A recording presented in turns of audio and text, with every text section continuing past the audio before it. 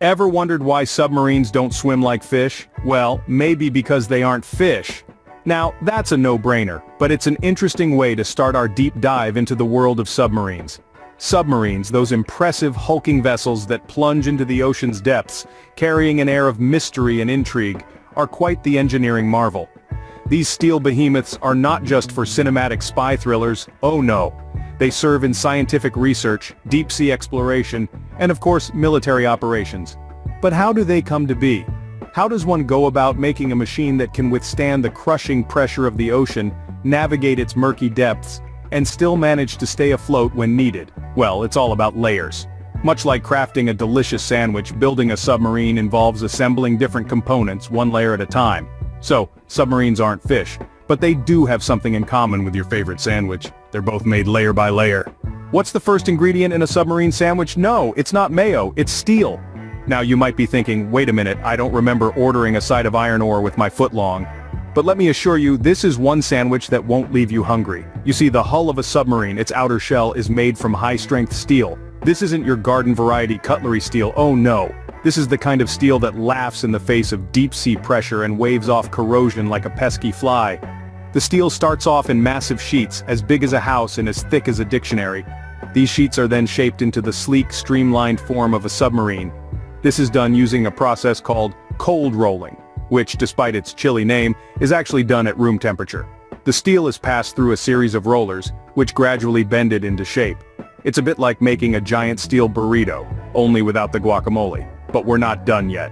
Once the steel has been shaped, it's then welded together to create the body of the submarine.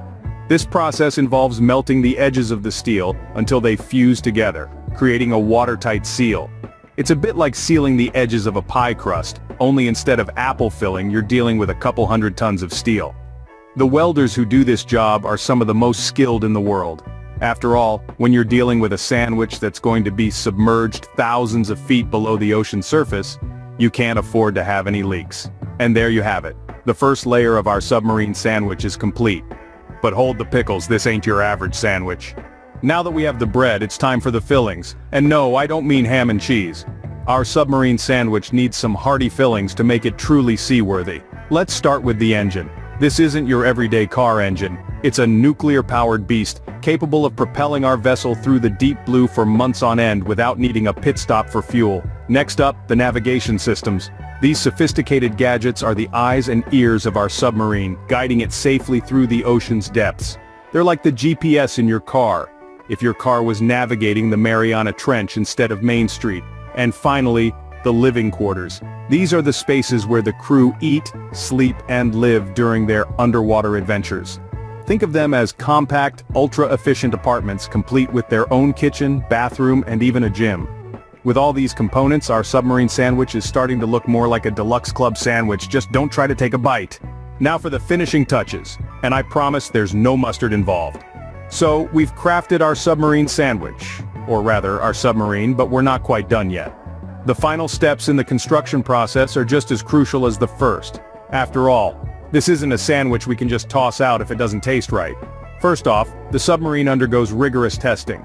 We're talking pressure tests, system checks, and even mock missions, all to ensure it's up to the task of exploring the depths of the ocean. Then it's time for a fresh coat of paint.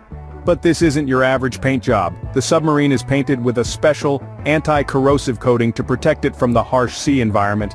And voila! We have a submarine ready to dive into the deep. Just remember, it's not edible, so save your appetite for an actual sandwich.